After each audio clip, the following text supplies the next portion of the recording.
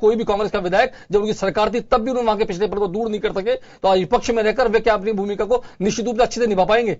ये एक प्रश्न खड़ा करता है इस बात पर।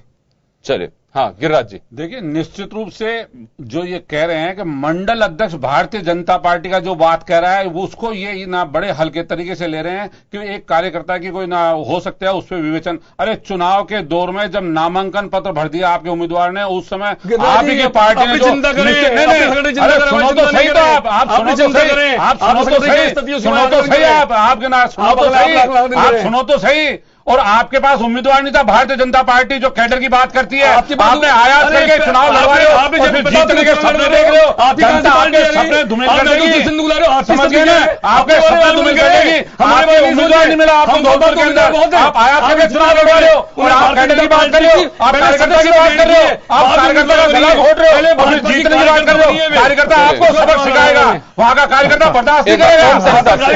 एक सवाल में आप दोनों को रोकना चाहूंगा, एक सवाल में रहो, जरूर सिखाएगा। एक सवाल प्लीज मैं रोकना चाहूंगा आपको, एक बार रोकना चाहूंगा। जनरल इलेक्शन में तीसरे नंबर पे गए हो, आप ही का कार्यकर्ता था, आप ही का उम्मीदवार था, और आप फिर दोबारा बना देगा। एक बार के लिए रोकना चाहूंगा आपको। ओम सैनी साहब से मेरा एक सवाल है। ओम जी, ये परिस्थितियां कुछ बदल रही हैं राजनीति के क्षेत्र में, उपलब्धियां कम और दूसरे की कमजोरियां ज्यादा गिनाई जाती हैं। और ये केवल मैं ये नहीं कह रहा कि बीजेपी ऐसा कर रही है, कांग्रेस का भी यही हाल है, दूसरी पार्टियों का भी यही हाल है कि हमारी उपलब्धियां या तो अभाव है उनका कि जानते इस बात को कि है ही नहीं, गिनाएं क्या, दूसरे की कमजोरी को ज्यादा गिनाने की पहल मैं पिछले कुछ वर्षों से देख रहा हूं। ये केवल बीजेपी की बात नहीं, कांग्रेस का भी यही हाल है कि पिछले सरकार ने ये नहीं किया। देखिए, संबोधन की ये जो प्रवृत्ति पिछले कुछ सालों से चलने लगी है, ये मेरा ख्याल है कि प्रजातंत्र के लिए उचित नहीं है।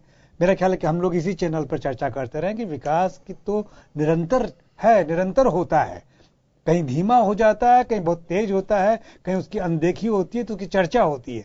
तो मेरा ऐसा ख्याल है कि ये बात छोड़ करके ये कहना चाहिए कि धौलपुर में जो उपलब्ध नहीं है, जो हुआ नहीं है, वो हम करेंगे और हम वादा करते हैं, हम पहले भी कर चुके हैं और अब भी करें। अगर ये जब तक ये प्रवृत्ति आप नियंत्रित नहीं करेंगे पॉलिटिकल पार्टीज, तो ये अच्छा मैसेज नहीं जाता है और उससे लोग मेरा ख्याल है कि मतदाता भी शिक्षित नहीं होता। सैनी साहब, आप ये बात सुने दो, जो व्यक्ति 5 बार विधायक है वह क्षेत्र की समस्याओं को उठाने में नाकामयाब रहा, ये इस बात को इंगित नहीं करता क्या कि वह क्षेत्र की समस्याओं पर समर्पित नहीं था? दिल्ली के मतलब राजस्थान के सचिवालय में पूरे राजस्थान का नक्शा है, उस नक्शे में किस क्षेत्र में क्या कमी है ये मुख्यमंत्री और उनकी कैबिनेट ठीक से। फिर जनप्रतिनिधि की आवश्यकता नहीं है क्या? फिर जनप्रतिनिधि आवश्यकता, फिर तो ब्यूरोक्रेट्स के हाथ में शासन दे देना चाहिए। 3.5 साल में सरकार की जिम्मेवारी नहीं थी आपकी।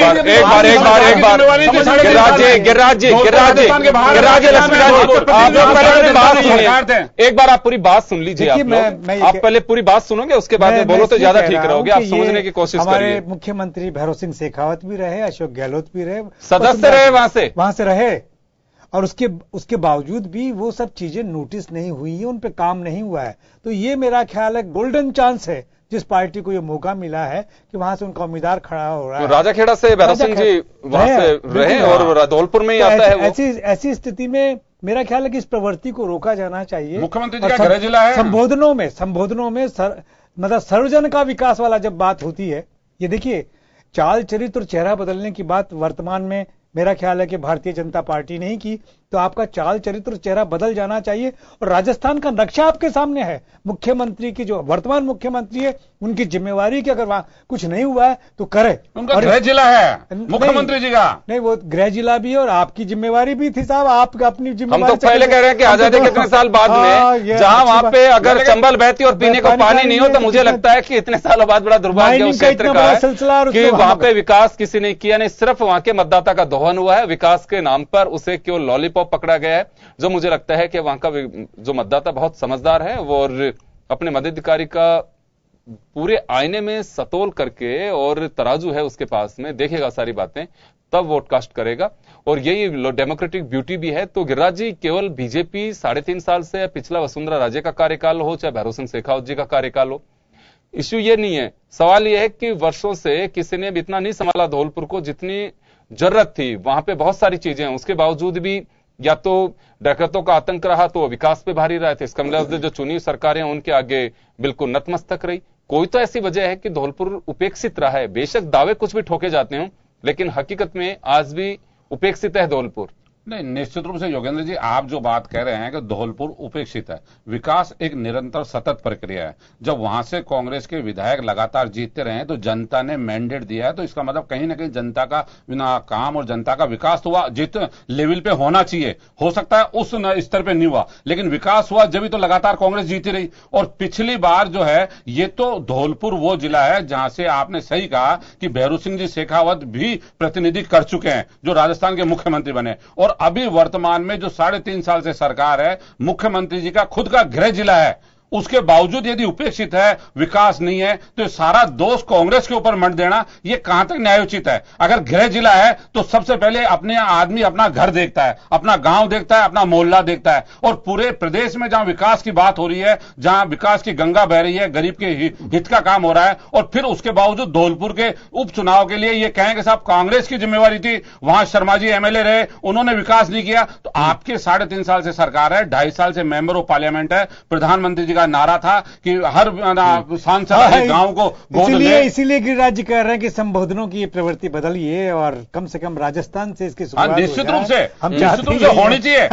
लेकिन हम ये कह के हमारी जो कमजोरी है उसको नकार नहीं सकते कि बार बार हम 3.5 साल बाद भी यही रोजना रहे कि कांग्रेस ने कुछ दिया। अरे कांग्रेस ने नहीं किया या कमी रही, जब भी तो जनता ने आपको बिठाया था। अब आप 3.5 साल में कुछ कर नहीं पाए और आप सारा दोष कह रहे हैं कि साहब कांग्रेस ने किया था, तो जनता ने मैंडेट आपको दिया था, जनता आपकी तरफ देख रही है। चले आप ये चले भाई लक्ष्मीकांत जी, अब आप लोग अपनी बात कह दीजिए। कांग्रेस को आप ज्यादा तंग मत करिए कि इन्होंने कुछ नहीं किया, ये बात सही है, खुद स्वीकार करते हैं कि हमने नहीं किया, जब भी तो हम दूसरी तरफ बैठे हुए हैं। देखिए, भैरू सिंह जी के बारे में आपने कहा, मैं सबसे ज्यादा आपको बताते जाऊंगा, भैरू सिंह सरकार के समय सबसे ज्यादा देशों ने आत्मसमर्पण कहीं किया, उनको प्रेरित करने का काम कर, देशों के लिए आत्मसमर्पण का काम करवाया कहीं, जो धौलपुर बहुत बड़ी समस्या थी। तो भैरू सिंह जी कार्यकाल के समय कर रहे थे, कार्यकाल किन का था, किन परिस्थितियों में हुआ, सारी परिस्थिति सनी साहब आप हम सबसे ज्यादा बेहतर देखे जानते हैं, बेहतर देखे जानते हैं। सड़कों के जाल की बात करें तो पिछली सरकार हो चाहे भैरू सिंह सरकार की समय हो, सड़कों का यदि कोई काम वहां पर हुआ तो उन्हीं वर्षों के दौरान हुआ, बाकी के सालों में सरकार ने कितना काम किया वह इंगित करने वाला विषय है। तो मैं कह सकता हूं कि धौलपुर के बारे में जितना हमारी सरकार ने सोचा, उतना विधायक ने भी सोचा होता तो शायद तेजी से काम होता, तीव्र गति से काम हो सकता था। लेकिन धौलपुर जनता पर विश्वास है, इस बार धौलपुर जनता भारतीय जनता पार्टी को विजय कराएगी। और मान के चलिए भारतीय जनता पार्टी का नंबर आने वाली है, आप चिंता रहिए, आपको कोई मौजूदा रहने वाली है। जनरल इलेक्शन में तीसरे स्थान पे आई थी, अब वो तीसरे स्थान पे नहीं आएगी, हार तो जाएंगे लेकिन वो औकात में रहेंगे, तीसरे स्थान पे नहीं आएंगे। पता लग गया आपको, जब 164 सीटों में तीसरे स्थान पे थी तो मालूम पड़ जाएगा, 4 सीटों में मालूम पड़ गया था आपको। जब बाई इलेक्शन हुए थे, यही बैठ के बात करेंगे, विधानसभा में 4 इलेक्शन हुए थे, 3 में क्या माफी चाहूंगा, चारों में औकात दिखा दी आपकी, और अब आपको ये चुनाव भी दिखा देगा आपको शब्दों का 3.5 साल के अंदर क्या हो रहा है। मान के चले हिंदुस्तान की जनता और यूपी की जनता ने आपको अपनी औकात दिखा दी है। लेकिन पंजाब में क्या हुआ आपको, पंजाब में आपकी जमानतें नहीं बची। चलिए शर्म आनी चाहिए आपको। पंजाब गोवा में मणिपुर में हारे हो, चले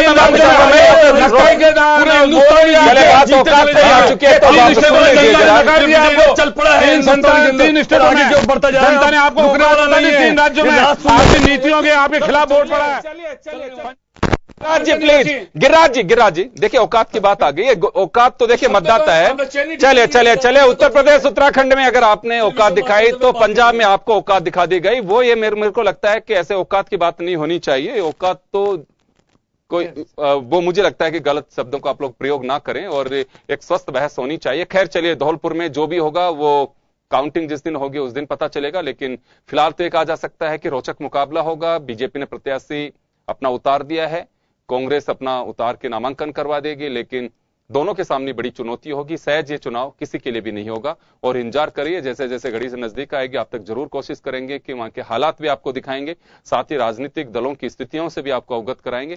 थोड़ा वक्त लगेगा लेकिन समय के साथ साथ सारी चीजें आप तक जरूर पहुंचाएंगे। चलिए दीजिए इजाजत, नमस्कार।